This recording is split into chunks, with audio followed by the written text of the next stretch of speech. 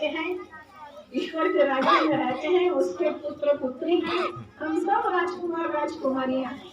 ये सारा साम्राज्य हमारा है जो उसने दिया है हमें उपभोग करने के लिए, तो दायित्व भी दिया है उसके साथ। उस दायित्व को हम भूल गए कि सब उपभोग करो और उसको बनाए रखो। कोई भी चीज जब हम किसी चीज का उपयोग करते हैं तो उसे बनाए रखने का भी प्रयत्न करते हैं कि नहीं। हर चीज जिस चीज का हम उपयोग करते हैं वो अगर हमने आज इस्तेमाल की है तो हम कल भी इसको इस्तेमाल कर सकें, इसकी व्यवस्था रखते हैं कि ऐसा इस्तेमाल करते हैं कि आज की और खत्म हो जाए, हमें क्या लेना देना। ऐसा नहीं करते ना। कोई भी चीज, आपके पास गाड़ी है, आपके पास मकान है, जो कुछ भी है, लिपोगे पोतोगे, उसको अच्छा रखोगे। आपने बनाया है, आज तो 100 साल मकान बना रहे, इसके लिए जो खर्च करना पड़े, मेहनत करनी पड़े, वो करोगे। ये बनाए रखना होता है।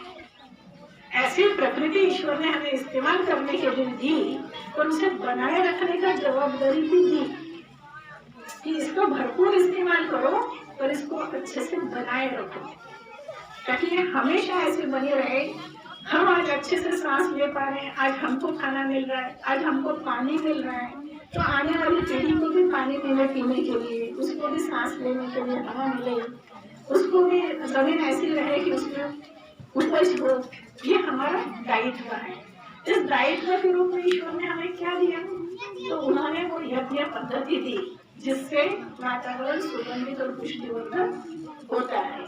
उस यज्ञ में बहुत सारे हवन पद्धतियां हैं। अभी कोई बता रहा था, कहीं गांव का ही बता रहा था कि हवन चल रहा है और अब 4 दिन में 8 दिन में पूरा होने वाला है। जगह जगह इस समय में गाँवों में हवन के आयोजन होते रहते हैं। 4 दिन 8 दिन के हवन होते हैं, पर इन सब हवन की क्या होता है, पूर्णाहुति हो जाती है। 4 दिन 8 दिन 15 दिन इस तरह के होते हैं, पर इतने से काम नहीं बनता।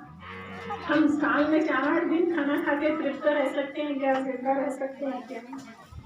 हमें रोज चाहिए, सवेरे शाम चाहिए, तब हमारा शरीर चलता है। तो वैसे ही वो जो दायित्व दिया है वो कभी प्रभार का नहीं है, वो रोज का है। रोज सूर्योदय के समय में हमें जो आहुतियां देनी है और सूर्यास्त के समय में हमें जो आहुतियां देनी है। जब हम सवेरे 2 आहुति देते हैं तो उसका प्रभाव शाम के सूर्यास्त के अग्निहोत्र के समय तक रहता है। जब शाम को 2 आहुतियां देते हैं तो उसका प्रभाव सूर्योदय के अग्निहोत्र तक बना रहता है। इस तरह से क्या होता है, तो 24 घंटे यज्ञ का वातावरण हमारे घर में बना रहता है। ये सिलसिला टूटता नहीं।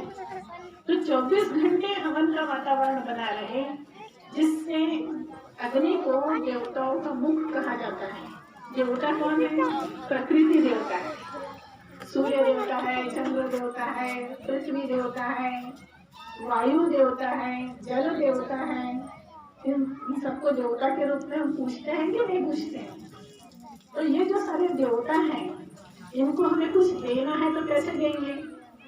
ठोस रूप में तो कुछ नहीं दे सकते। तो हवन के माध्यम से जब हम आहुति देते हैं, गाय का घी और अक्षत चावल जलते हैं, उसमें से जो गैसेस निकलती हैं ये वातावरण में फैलती हैं और सारे देवता अपना अपना हिस्सा उसमें से लेते हैं। तो इस तरह से हम इन सारे देवताओं की उपासना करते हैं। अग्निहोत्र करके पूरी प्रकृति की उपासना करते हैं। जब सूर्योदय पर हम आहुति देते हैं, भले ही हम कहते हैं सूर्याय स्वाहा है, पर इसका मतलब ये नहीं होता है कि केवल सूर्य को आहुति है। सूर्य जो कि प्रत्यक्ष समय में होते हैं, सूर्योदय हुआ होता है, इसलिए सूर्याय स्वाहा ये कहा जाता है। पर जितने भी देवता हैं सब उससे अपना अपना हिस्सा ग्रहण करते हैं। इसी तरह शाम के समय में हम कहते हैं अग्नय स्वाहा।